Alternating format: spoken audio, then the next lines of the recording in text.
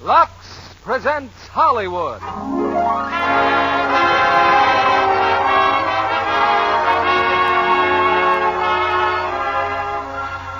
Lever Brothers Company, the makers of Lux Flakes, bring you the Lux Radio Theater, starring Joseph Cotton and Valley in Spellbound. Ladies and gentlemen, your producer, Mr. William Keighley.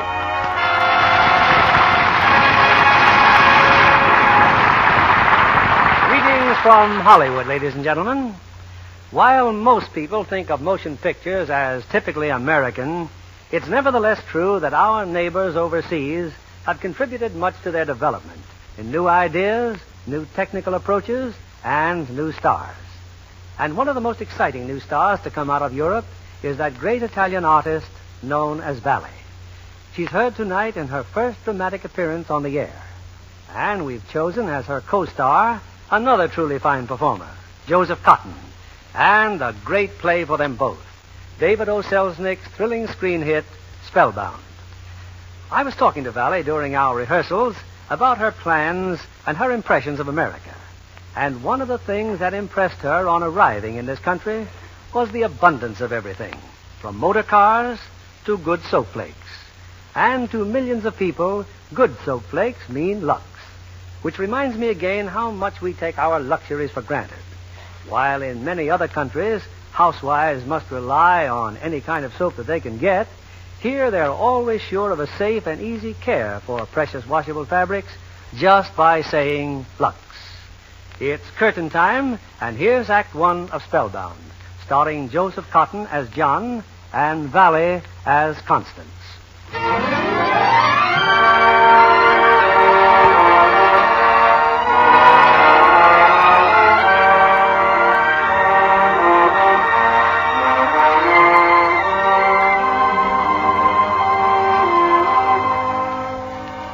In the secluded Vermont countryside is an old established sanatorium, Green Manors, noted for its treatment of mental disorders. On the staff of psychiatrists is a young woman, Dr. Constance Peterson. May I come in, Dr. Peterson? Dr. Murchison, of course. I thought I'd spread the tidings. My successor, Dr. Edwards, will be arriving here any moment. I just can't imagine Grand Manors without you, Dr. Murchison. I sort of go with the fixtures, I suppose. It's so much more than that. You are Green Manors. Well, the old must make way for the new, Miss Constance. Particularly when the board of directors suspects the old of senility. But you've been like a new man since your vacation. Yeah, of course, I agree with you. You were overworked. Charming diagnosis for a broken-down horse. You're not leaving today. I mean just because Dr. Edwards... I shall hover around for a day or two.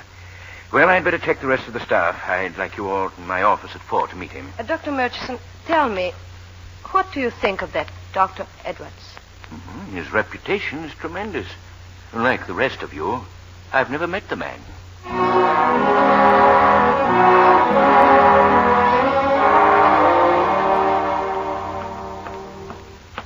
What's your hurry, Connie? Oh, Dr. Fleurot, I just had a note from Dr. Edwards. He wants to see me. Oh? He's been here all of 24 hours and he's writing you notes? He's interested in one of my patients. Oh, you mean Mr. Garms, the one with the guilt complex? Yes. I think you have a guilt complex yourself. Oh? Take last night at dinner. A dimple appeared in your cheek that was never there before. I detect decided amorous outcroppings toward Dr. Edwards. If you knew how he detested that sort of high school talk. Ah, but how are you to know that Dr. Edwards would turn out to be so young and handsome? Is that all you have to say about him? No. No, he's a strange man. Jealous of him? Maybe. I mean of his position here. He seems so unsure of himself. As you pointed out, he's been here only a day. Please, he's waiting for me. Sure. Just see the conversation is confined to your patient. Don't take me too seriously, Connie.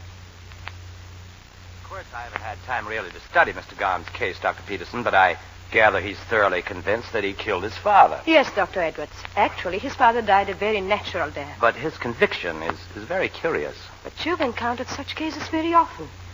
You describe them so perfectly in your book. Yes, my book, Look, would you mind doing me a favor? Not at all, Doctor. I have a headache, and I understand you're not on duty till after dinner. Well, Now, please, I need some fresh air, and you look as though it might do you some good, too. Excuse me. Hello? Yes, this is Dr. Edwards. Who? Sorry, I don't get your name. Norma Kramer? Please, Miss Kramer, I'm very busy and I don't know you. I assure you, I'm sorry, Miss Kramer. Someone claiming to be... Well, I don't like practical jokes, do you? Maybe an ex-patient of yours. They can be rather coy at times. Let's get out of here. We'll look at some sane trees, normal grass, and clouds without complexes. How about it? Thanks. I'd love to.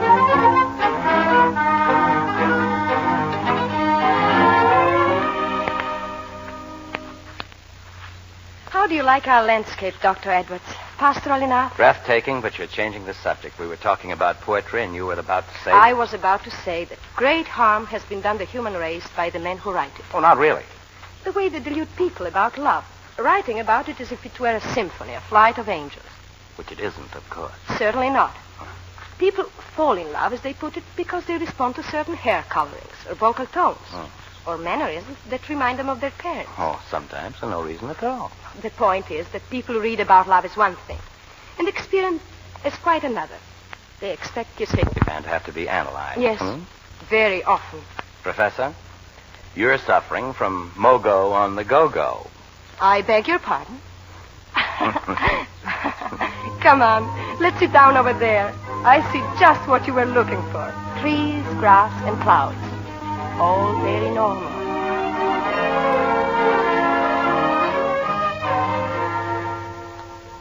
Well, Floro, seen our new chief of staff today? No, Graff. I guess he's been tied up with Dr. Murchison. Dr. Murchison just told me he went walking with Dr. Peterson. That's a little odd, isn't it? That'll do Constance good. Poor girl's withering away with science. In my opinion, she's... Oh, well, come in, Connie. We hate to talk about you behind your back. Oh, Have a lovely walk. I just got back. I heard Mr. Gams became quite ill this afternoon. Yes, I gave him a sedative. Oh, I should have been here. I'm sorry. Oh, looks like you've had quite a time. Notice her stockings, Dr. Graff. The lady's been climbing trees. Or lolling in a briar patch. Oh, now, don't be angry, Constance. Come on, have some coffee. Dr. Peterson's already eaten. Observe the mustard on the right forefinger. I'd say hot dogs on the state highway. It's a pity you are not able to diagnose your patients as accurately. I'm sorry to leave this nursery, but I'd better look in on Mr. Gams. Why, I believe she was blushing, Flero. Yes, I'm sure she was.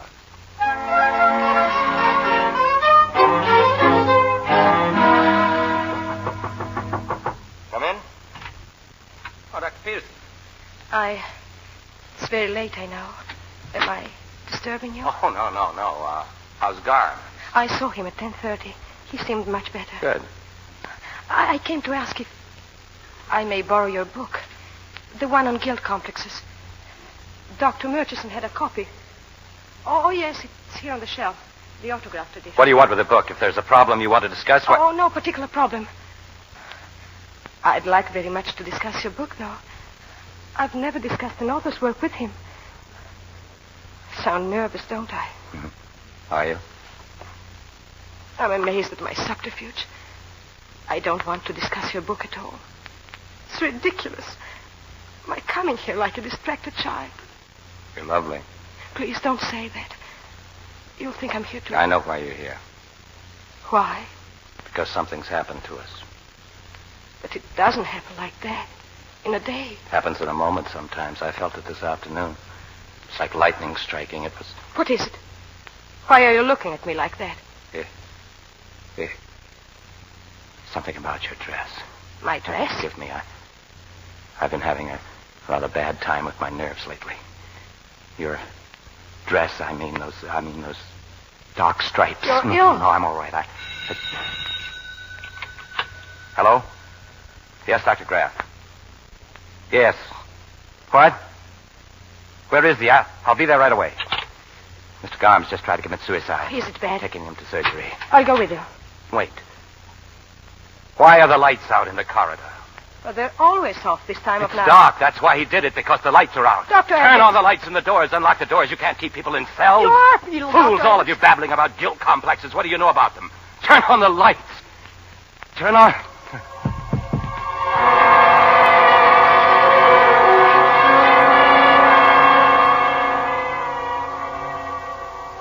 I don't understand this at all.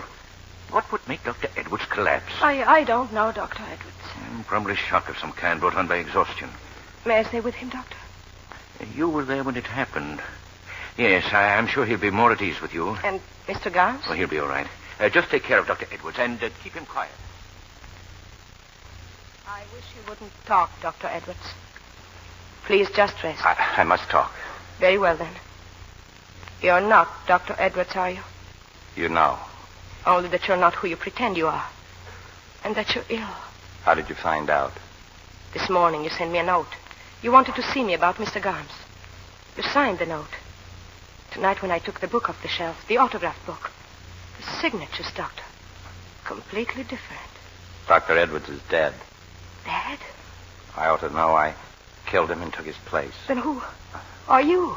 I don't know. I have no memory. If you remember killing Dr. Edwards, you can remember more. I can't. I've tried. You afraid of me? No. Loss of memory isn't a difficult problem. Amnesia. Trick of the mind to forget something too horrible to remember, so you put it behind a closed door. We'll have to open that door. I know what's behind it. A murder. I don't believe it. That's a delusion of your illness. Will you answer me truthfully and trust me? I trust you. It's no use. I don't know who I am. I don't know. Who telephoned today? Telephone? Yes, while I was in the office. What did she say? She said that she was my office assistant. She hadn't heard from me. She was worried. You mean she was Dr. Edwards' assistant? What else did she say? She didn't recognize my voice. She said I wasn't Dr. Edwards. Was that the first time that you became confused about being Edwards? Did anything happen before that? Yes, in the hotel room. Packing to come here, I found a cigarette case in my coat. Here. The initials. J.B. They're probably your initials. J.B. John Brown's body. Do they hang murderers on a sour apple tree here in Vermont? Oh, please. Try to rest. It's very late. You'll feel better tomorrow. Yes. Tomorrow.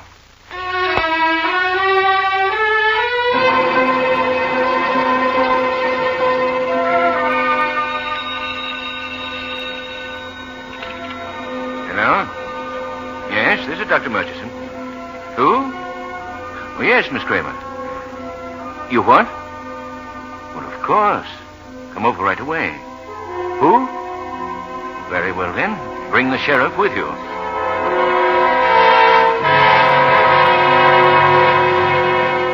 I wanted Dr. Fleureau here when you came, Miss Kramer. I wanted him to hear your story, too. You see, technically, I'm no longer associated with this sanatorium. I don't see what difference it makes. None, perhaps, Sheriff. Go on, Miss Kramer. I've been in Dr. Edwards' office for years, and the man who spoke to me on the telephone is not Dr. Edwards. He let me have my vacation when he left on his, but I was very worried when I didn't hear from him. Then I thought he might have come directly here. That's why I telephoned. Show them that photograph of Dr. Edwards. Oh, yes. Here. That certainly isn't our Dr. Edwards. What do you suppose made him break down last night? It's obvious now. Garms, that patient I told you about.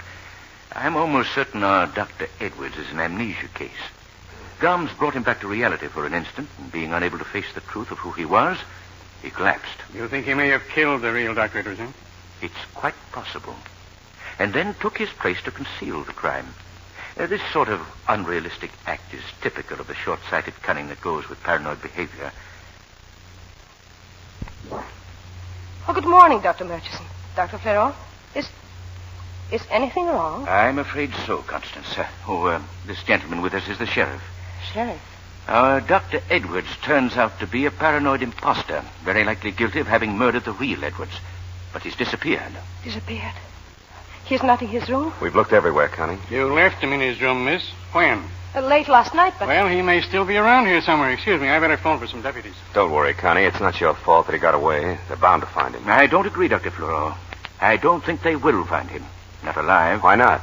An amnesia case like this, with the police after him? The fellow will put an end to his pain, to his nightmare fantasies, by blowing out his brains or dropping out of a window. No. Why, I didn't mean to be so callous about it, Constance. Your guess is probably quite accurate. Come along, Fleureau. Suicide? No. Hello? Mr. Brown is calling you, Dr. Peterson. Brown? John Brown, doctor. Long distance. Put him on, please. Hello? Where are you? Doesn't matter. You'll find a note under your carpet. Thanks for trying. Hello? Hello?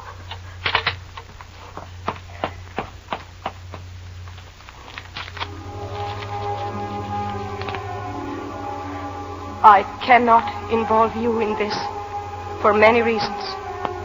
One of them being that I love you. When the police step in, tell them I'm at the Riverside Hotel in New York. I prefer to wait alone for the end.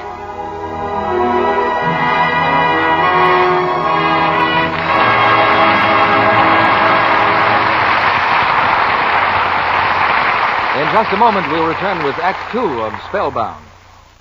Libby, you're practically bubbling over with excitement. What's up? Well, who wouldn't be excited about a picture that brings Van Johnson and June Allison together again? They're such a wonderful romantic team. What a picture they have this time. Metro-Goldwyn-Mayer's rollicking new comedy, The Bride Goes Wild. Rollicking is right. Van and June get involved in some of the most hilarious situations I've seen in many moons. June Allison proves herself a top comedian in that picture. And Van Johnson was never in better form as the young author trying to avoid matrimony. But he can't escape a girl as lovely as June Allison. Oh, she makes a stunning bride.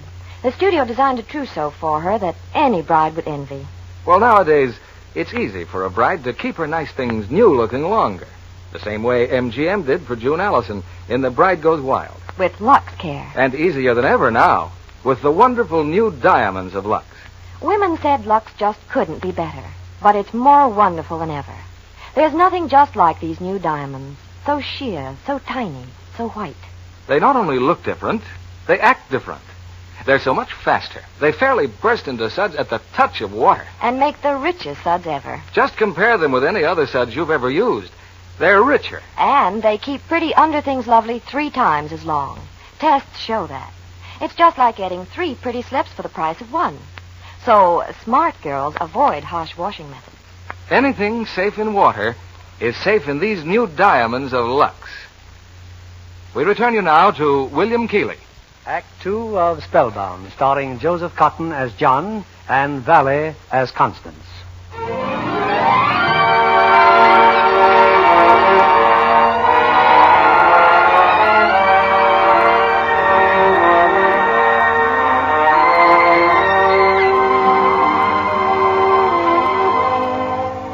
It's late that same day. In a room in the Riverside Hotel in New York City. Why did you come here? Why? To take care of you. To help you. You can't help a criminal. I won't allow you to. I couldn't bear it away from you. I couldn't do anything but think of you. No. I'm here as your doctor. It has nothing to do with love. Nothing at all. Oh, darling. Darling. Constance. You see, nothing to do with love at all. Darling, we haven't much time. You lived somewhere. You had relatives, friends. Please try to remember. Why not a wife? Can you remember her? No. Thank heavens I can't remember a wife. You told me you had headaches. How would you diagnose a pain in the right upper quadrant? A persistent pain? Oh, gallbladder, possibly a heart case, pneumonia. Depends on the patient's history. Obviously, you are a doctor. The only thing that's obvious is the logic of the situation. What logic? That it was I who was with Dr. Edwards here. Look at this newspaper. Police believe the imposter who escaped from Green Manors is the patient who visited the real Dr. Edwards in the Cumberland Mountains. No trace of Dr. Edwards has been found since he left the Cumberland Resort in the company of his alleged patient. Where did you go? I don't know. But I came back with his identity. And logically, I know why the body hasn't been found. Because it was hidden by me. Don't you see you can be imagining all this? You insist without proof that you're a murderer. Whoever you are, it's a guilt complex that speaks for you. A guilt fantasy that probably goes back to your childhood. Your wrist. What about my wrist? Roll up your sleeve. You were in an accident. Your wrist was burned. Your forearm. You've had an operation in the last 6 months. A skin graft. It hurts. What happened? Where? My wrist hurts. What happened? It's burning. My arm's burning. Try to remember. No, I can't think. I can't.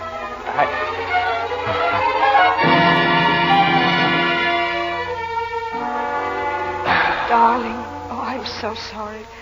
Are you all right? Oh, I'm all right. Who could that be? The bellboy.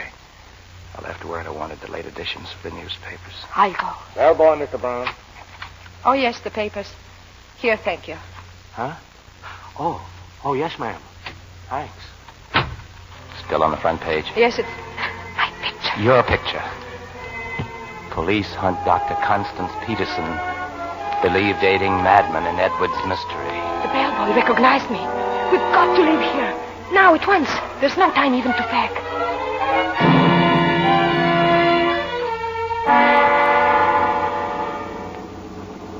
You told the cab driver Pennsylvania Station. Yes, darling, yes. Listen. When you left the Cumberland Mountains, Dr. Edwards was with you. You went somewhere else, together. By automobile, I doubt it. The newspaper would have mentioned it. By plane, maybe. Or by train. However you went, you bought tickets. You must have heard Dr. Edwards ask for tickets. I don't remember. But you will. We'll go to a ticket window. Try to relive that other time with Edwards. Ask for the same tickets. I'll try.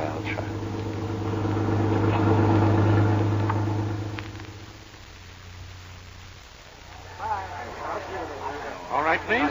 Who's next? Washington, one way. You went someplace with Edwards. Ask for tickets to that same place. 46 including tax, thank you. Yes, sir. Tickets. Tickets to where, sir? 2 tickets. 2 tickets where to?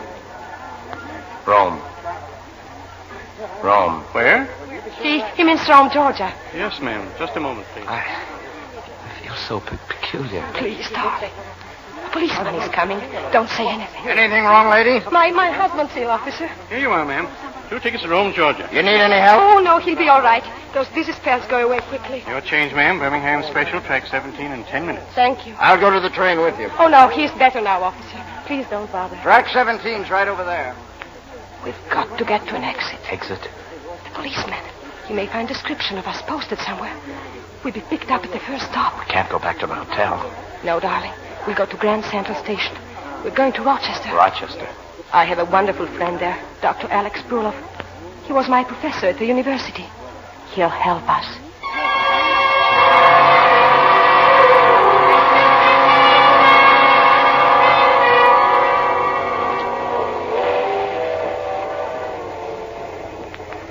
Feel better? Much better, thanks. Then let's pick up where we left off. We know you're a doctor, that you were in an accident, that you were once in Rome. I was never in Rome in my life. Yes. I remember. Fighter plane spotted us. You were flying. Transport, medical corps over Rome. What happened? Plane was hit, caught fire. Go on. I don't know. It just blanks out. You left the army after that? Maybe I deserted. I hated it. I hated the killing. I can remember that much. Your guilt fantasies were exaggerated by your duties in the army. Stop it, please. I don't want to hear any more about it. Darling, we're just beginning. Don't hate me too much. Try to relax now. I'll tell you all about Alex, Dr. Bruloff. Oh, you'll be crazy about it.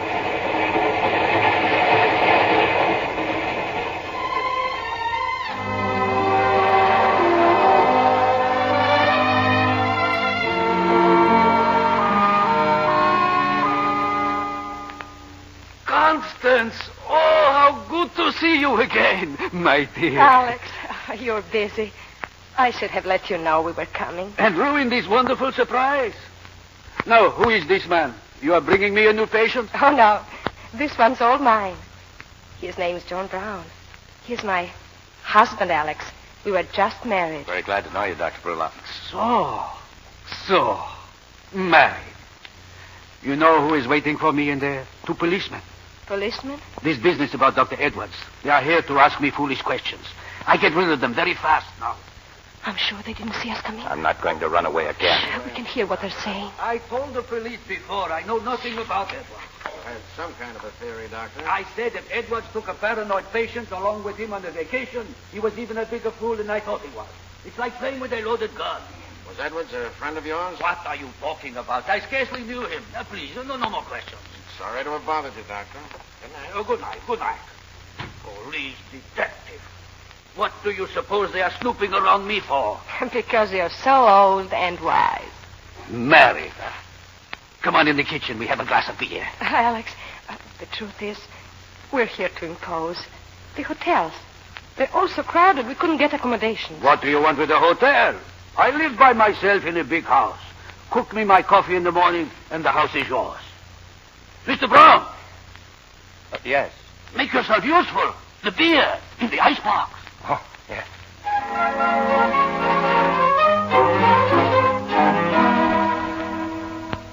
Take your choice of the bedrooms, Constance. Good night. Good night, John. Night. Good night. Happy dreams, which we will analyze at breakfast. Thanks for everything. Any husband of Constance is a husband of mine, so to speak. He is wonderful, isn't he? If we're supposed to be married, why didn't you ask where our luggage is? Alex is always like that. In a complete dream state, socially.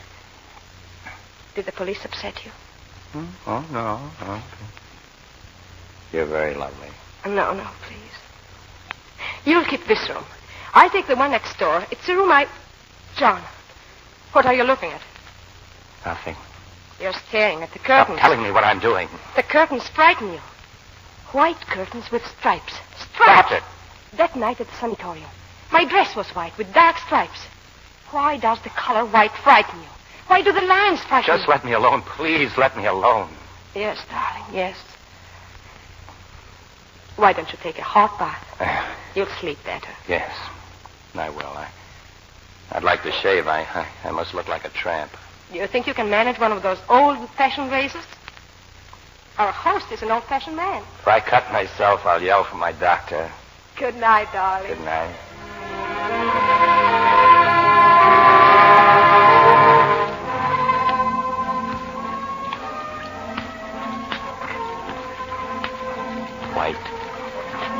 White tiles, lather, wash bowl, medicine cabinet, bathtub. White.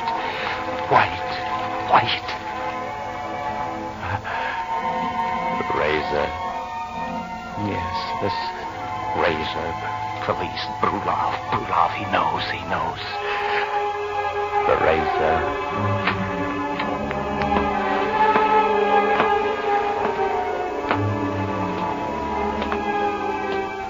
Is that you, John? Come, join me. I was unable to sleep, so I came down to do some work. I am having some milk and crackers. Have some. There's plenty. Milk. White. John, what's the matter? What's that in your hand? What is it?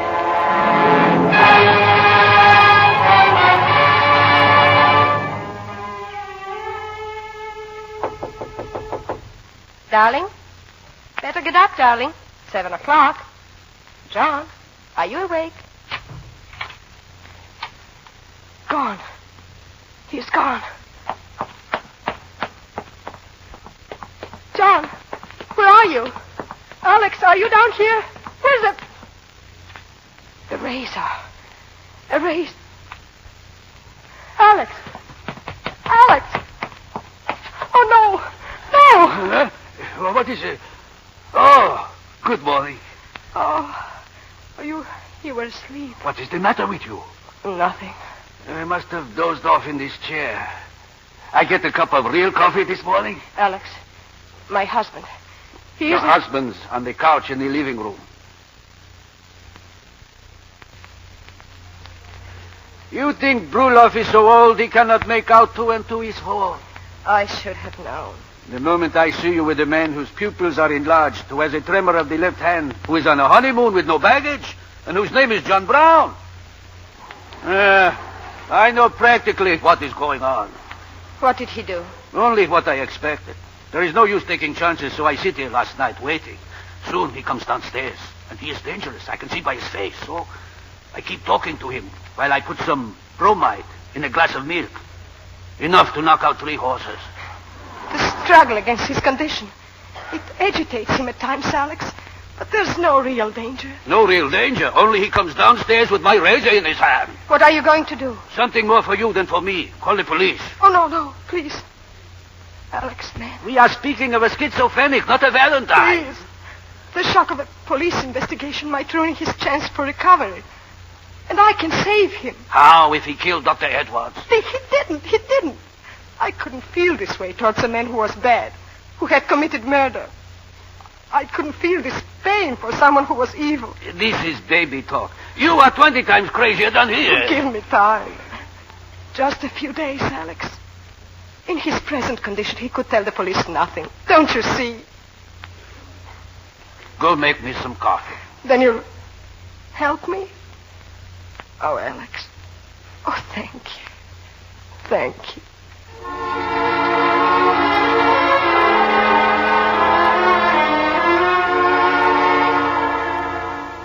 So, you're awake. Who are you? Oh, yes, I remember. Constance. In the kitchen making coffee. Bromide. Who's been feeding me bromide? What's your name? I don't... Oh. Constance told you about me. Nobody had to tell me. And don't fight me. I'm going to help you if I can. I want you to look on me like your father. Trust me. Lean on me. This is a shortcut, but we haven't time for anything else. Go ahead, I'm leaning. Maybe you got something you want to tell me. A few words in the corner of your head. No, Go on, talk to me. there's nothing. Maybe you've dreamed something. I was dreaming just now. What did you dream? I don't believe in dreams. That Freud stuff's a lot of hooey. Do you want I should help or not? I'm sorry. Dreams can tell you sometimes what you are trying to hide. But they tell it to you all mixed up. The problem is to put the puzzle together. Ah, Constance with the coffee. John, how do you feel? Awful. The patient is going to tell us about a dream. You'll find a pencil and pad on that table. Take notes. Well? Oh, the dream. I seemed to be in a gambling house. There weren't any walls, just a lot of curtains with eyes painted on them. I was playing cards with a man who had a beard. He had just won when the proprietor came in and accused him of cheating. The proprietor yelled at him. "This is my place," he said. "I won't allow you here. I'll fix you." Details, John. The more fantastic, the better. Oh, this man with the beard, he was leaning over the sloping roof of a high building, and I yelled at him to watch out, but he fell over slowly with his feet in the air. Then I saw the proprietor again. He was hiding behind a chimney, and he had a small wheel in his hand. I saw him drop the wheel on the roof. How did you react to that? I started running. I heard something beating over my head, a great pair of wings, and they almost caught me when I came to the bottom of the hill. I must have escaped. I don't remember. Then I woke up and saw Dr. Bruloff. Have some coffee. I feel so strange again. Something's happening to me. Try to relax. Drink your coffee. He's staring out the window. What's out the window? It's been snowing. The light frightened him. Photophobia. No. It's the snow. And those tracks in the snow. Dr. Edwards was fond of sports. He mentioned skiing in his book as valuable in the treatment of mental disorders. Skiing. That's what those dark lines symbolize for him. Ski tracks in the snow. John, where did Edwards go skiing? Can't you tell us where? He has already told us. Let me see your notes. Sloping roof. That could mean a mountainside. And the bearded man was Dr. Edwards. Dr. Edwards plunged over the precipice while skiing. Those wings, chasing him down the hill. That could mean he was escaping from a valley. Ski resorts often are called valleys, like Sand Valley. He was being pursued by a figure with wings. Wings? An angel? Angel Valley? John, do you remember an Angel Valley? No. We can call it travel agency. Check all the skiing resorts. It wasn't Angel Valley. It was a place called Gabriel. Gabriel Valley. What else do you remember now? The other man in your dream, the proprietor. Who was he? An accident occurred, darling. Do you remember that? A skiing accident. Dr. Edwards went over a snow cliff. It was no accident. I've had enough of this. Call the police. I killed him. I killed Dr. Edwards at Gabriel Valley.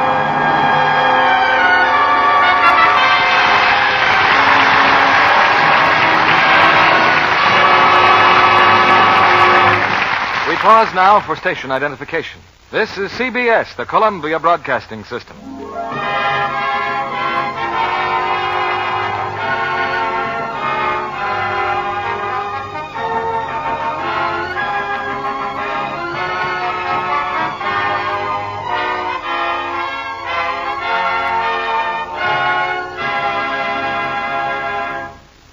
3 of Spellbound will follow in a moment. Our guest tonight is responsible for the interviews with famous stars which many of you doubtless read in current publications. She's Miss Dorothy Blair of Universal International. Did you see any of the filming of Naked City at the studio, Dorothy? Yes, I did. After Mark Hellinger brought the company back from 2.5 months on location in New York and did a few scenes at the studio. There are more actual scenes of Manhattan in the picture than you could cover in a week of sightseeing. New York as native New Yorkers know it. Howard Duff and Dorothy Hart do outstanding jobs as the romantic leads. Barry Fitzgerald won everyone completely in his role of police lieutenant. Do you find that you have an eye for detail even when you're not working, Dorothy? Yes, I do. One day when I was on the set of Naked City, Dorothy Hart was having her hem adjusted. I found myself taking in every detail of her costume down to her stockings. The correct shade to blend with her costume, seams straight. But I can see John Kennedy knows the rest. No runs. That's right. And every girl can give her precious nylons the same safe care the studios use. Gentle locks. It really cuts down runs. Well, there's a new thrill in store for women when they try the new tiny diamonds of Lux. They're more wonderful than ever. They were a long time in coming, but now they're here. They're incredibly sheer and so tiny. There's nothing in the world just like them. They do more for you, too. In what way, Mr. Kennedy? They remove soil other kinds of suds can't, leaving things cleaner, fresher. I can hardly wait to get some. They make stockings last twice as long, too. Tests prove it. And that's just like getting an extra pair of stockings every time you buy a pair. Thank you for coming tonight, Dorothy Blair. Back now to our producer, William Keeley. Act 3 of Spellbound, starring Joseph Cotton as John and Valley as Constance.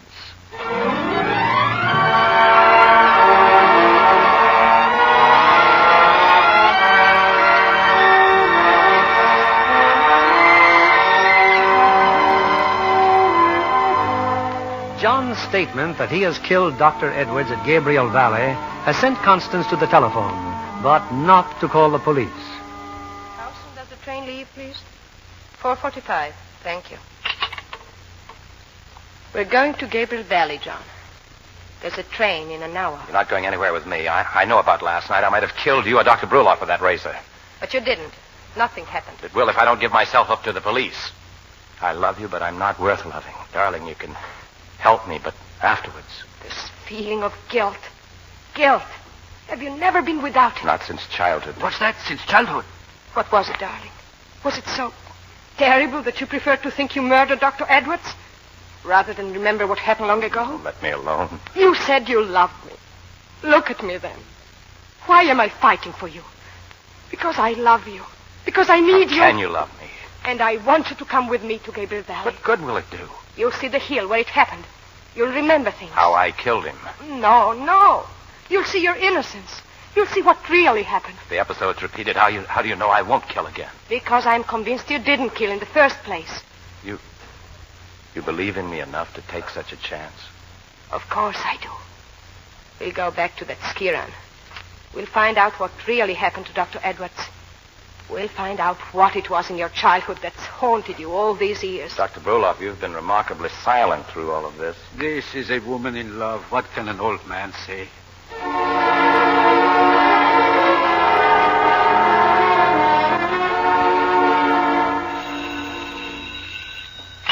Hello?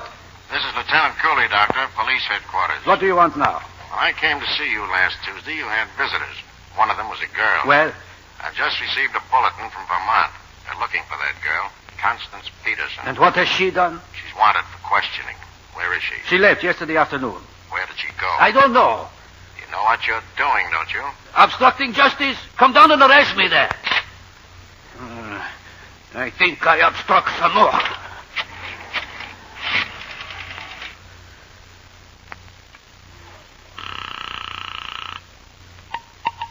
Long distance. A person-to-person call. Dr. Constance Peterson. She's at the inn in Gabriel Valley in Vermont.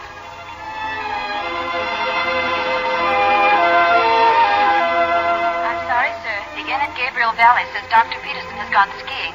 Do you wish her to call you when she returns? No. Never mind.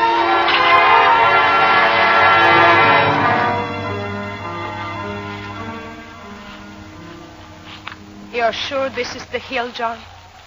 You were here with Dr. Edwards. This is it. Put on your skis. The cliff, it's down there. I know it's down there. And promise me, no matter what I may try to do, The ski run curves away from the cliff. But what if I force you to... Just a few minutes, darling, and you'll be free. Take my hand. Ready? Then, here we go.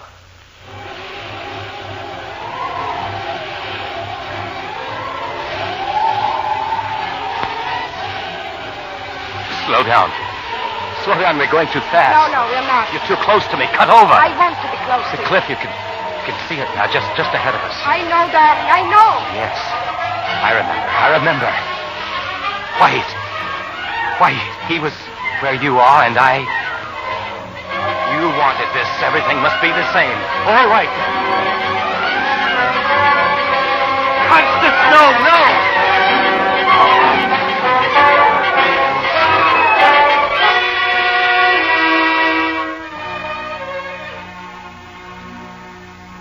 John, are you all right? Constance. You threw yourself at me. You wouldn't let me go over. You saved me. My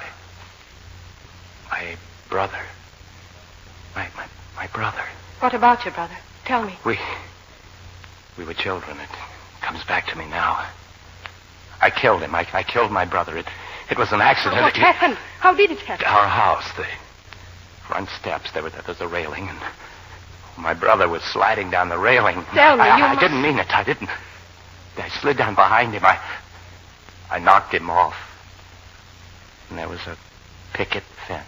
My brother... At last. Oh. Come, darling. We're going back to the inn. You can call the police now. Yes. They can find the body of Dr. Edwards somewhere in the snow at the bottom of that cliff.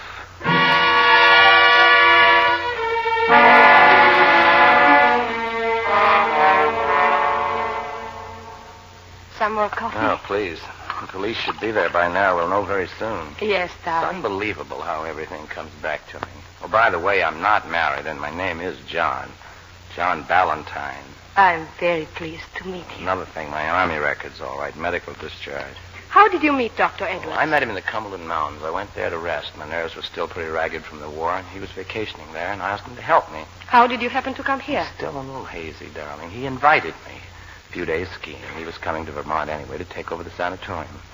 We had to change trains in New York and left the station. Went somewhere for lunch. I can't seem to recall just where. Anyway, we came on, and the accident happened at that spot. Where you saved me. Now, let's not have any confusion about who saved whom. Edwards was about 50 feet ahead of me when he went over. You saw it happen. You thought of your brother, and that awful feeling of guilt came over you again. You had to run away. You assumed the role of Dr. Edwards to prove to yourself he wasn't dead. And since he wasn't dead, you reasoned you couldn't have killed him. How does it feel to be a great analyst Wonderful. and madly adored? Very wonderful. Hello. I'm Sergeant Hickson, State Police. Oh, yes. This is Lieutenant Cooley. He's from Rochester. We met Lieutenant Cooley before, so to speak. How did you find us, Lieutenant? No thanks to Dr. Brulot. But you left a trail a mile wide. We've found Dr. Edwards' body, just where you said it would be. Thank goodness this is all over then. And not quite, Dr. Peterson. There was a bullet in his body. Well, that's impossible. Dr. Edwards was murdered. Shot in the back. You're under arrest.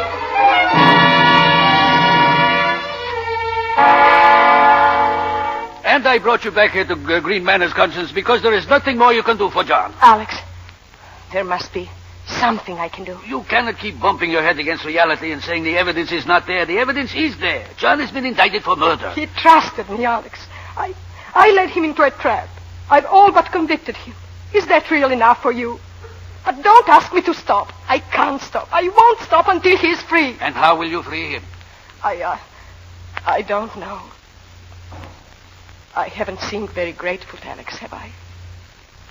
Thanks for straightening things out with Dr. Murchison and everyone. I'm sorry the prison hospital is so close by. This means you'll see John every chance you get. It is useless for me to tell you not to. Yes. I hate to hurry you, Dr. Bruno. I have been waiting for you to throw me out of your office, Murchison. The car's here. It's quite a drive to the station. Yes, I go back now to Rochester. Take care of my girl. We'll try to, Doctor. Goodbye. Goodbye. I'll write to you, Constance. Thank you, Alex. Brilliant man. I should go to the station with you. No, you're too tired. Constance, try to forget things better forgotten. You've a fine career ahead of you here. Thank you. Well, at least one good thing came out of all this. You're still here. Who knows what would have happened to this place under Dr. Edwards? I knew Edwards only slightly. I never liked him. Well, good night, Constance. I hope you'll feel rested in the morning. Good night, Dr. Murchison.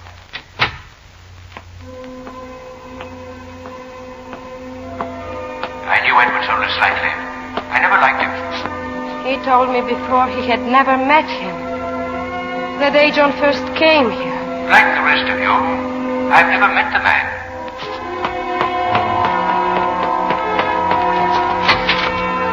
Constance, did you forget something, my dear? I want to talk to you, Dr. Murchison. Well, of course. It's a problem. A dream one of my patients reported. Which patient? John Ballantyne. Well? Ever since John was arrested, he's been recalling more details of that dream. Anyway, he was playing cards in a gambling house, apparently with Dr. Edwards. Oh? What game were they playing? 21.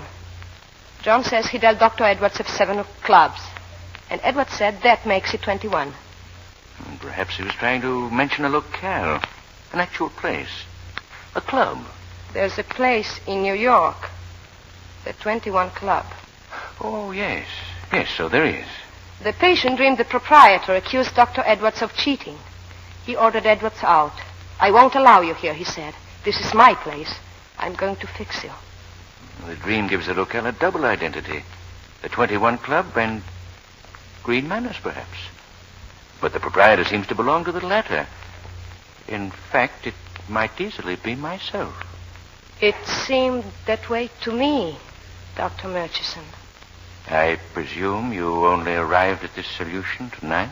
Yes, just now, in the corridor. Was there any more to the dream? Yes.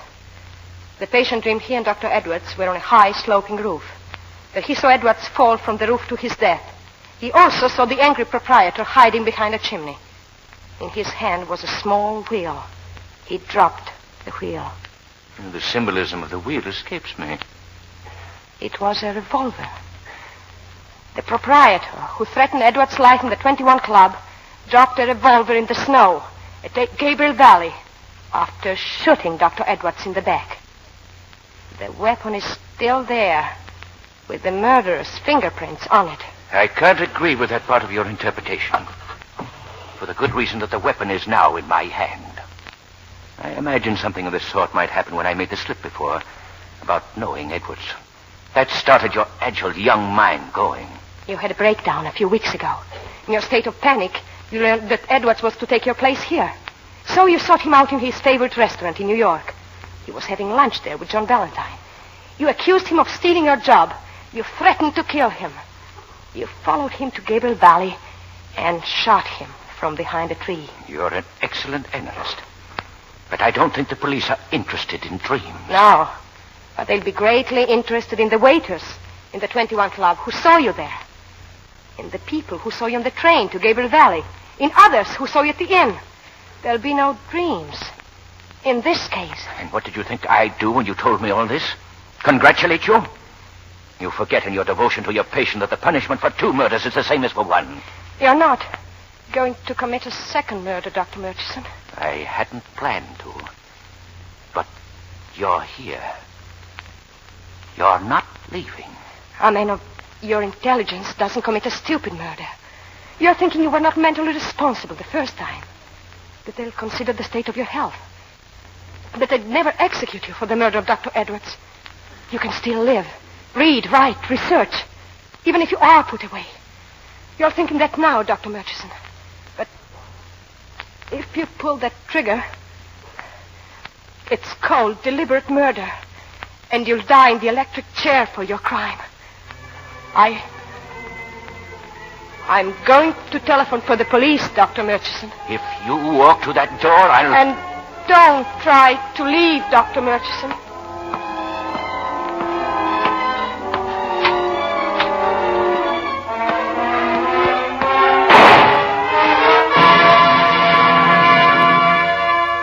Sanatorium chief attempts to kill self after murder confession. Dr. Murchison shot rival. Valentine free. Girl risks life second time to save Valentine.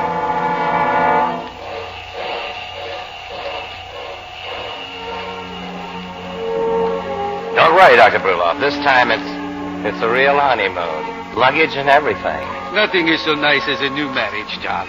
No psychoses, no aggressions, no guilt complexes. Not yet. Not ever, Alex. Goodbye, darling. Goodbye. And remember, John, for a happy marriage, never keep a secret from your wife. From her? A fat chance I'd have.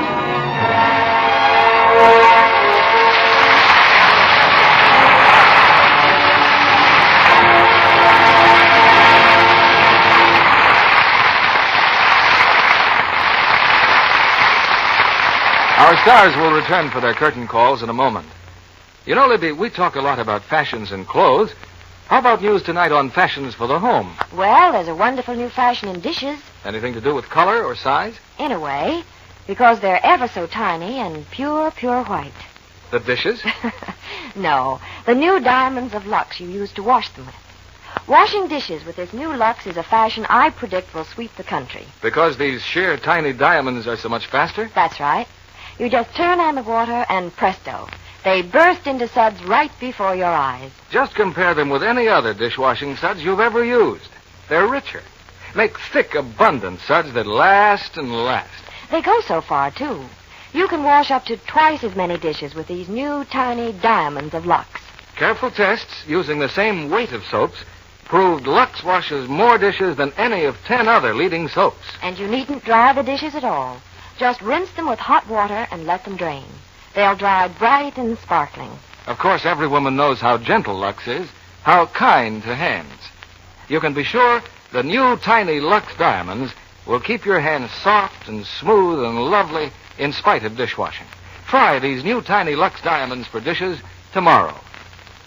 Here's Mr. Keeley at the microphone. Our thanks now to Joseph Cotton and Valley, who returned to the footlights for a well-earned curtain call.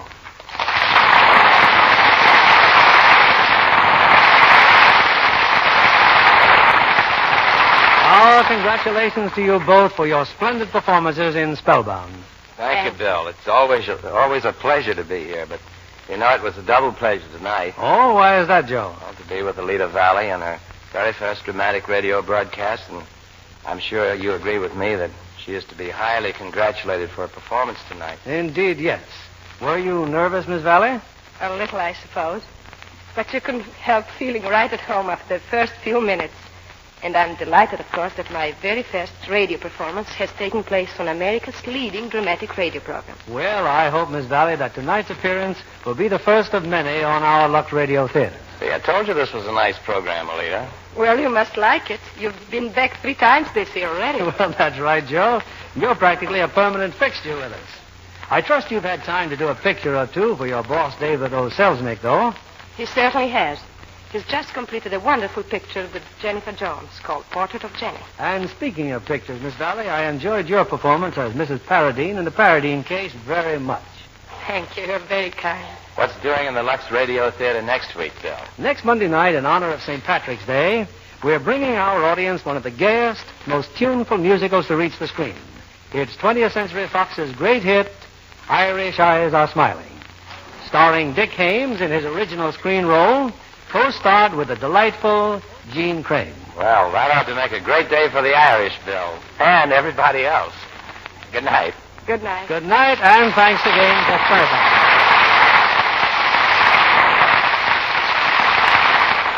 And now it's my privilege to make a very special announcement. The name you ladies have been waiting to hear. The first prize winner of the 3rd week of Lever Brothers Mammoth Fur Contest. A $3,000 mink coat, or cash if she prefers, goes to a lady in Lafayette, Indiana. And her name is Mrs. Janice C. Urselcook of 907 State Street. Congratulations, Mrs. Urselcook, on your fine letter. Here are the second prize winners for the third contest. Mrs. Robert S. Oakes of 819 South Columbus Street, Alexandria, Virginia. Mrs. Gladys Dorothy Johnson, 3642 Huntington Avenue, Minneapolis 16, Minnesota. And Miss Joan L. Smith of 537 West Deming Place, Chicago, Illinois. A $1,000 fur coat or cash to each.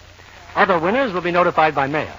Listen next week for the name of the top winner of the fourth Big Lever Fur Contest. It may be yours.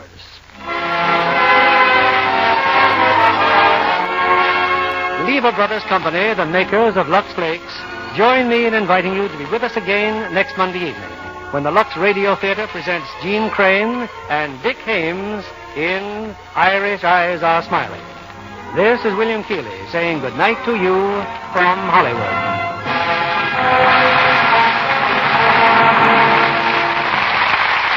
Red Cross stands ready to serve you and your community. Keep Red Cross prepared when disaster strikes. Give gladly to the 1948 Red Cross Fund.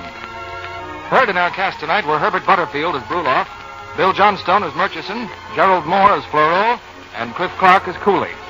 Our music was directed by Louis Silvers. And this is your announcer, John Milton Kennedy, reminding you to join us again next Monday night to hear Irish Eyes Are Smiling with Dick Hames and Gene Crane. Pepsodent won by 3-1. Yes, in a recent survey, families throughout America compared new Pepsodent toothpaste with the brands they'd been using at home. By an overwhelming average of 3-1, they preferred new Pepsodent with Irium over any other brand they tried. They said new Pepsodent toothpaste tastes better, makes breath cleaner, makes teeth brighter. Yes, with families who made comparison tests, Pepsodent won by 3-1. Be sure to listen next Monday night to the Lux Radio Theater presentation of Irish Eyes Are Smiling with Gene Crane and Dick Hames. Stay tuned for My Friend Irma, which follows immediately over most of these stations. This is CBS, the Columbia Broadcasting System.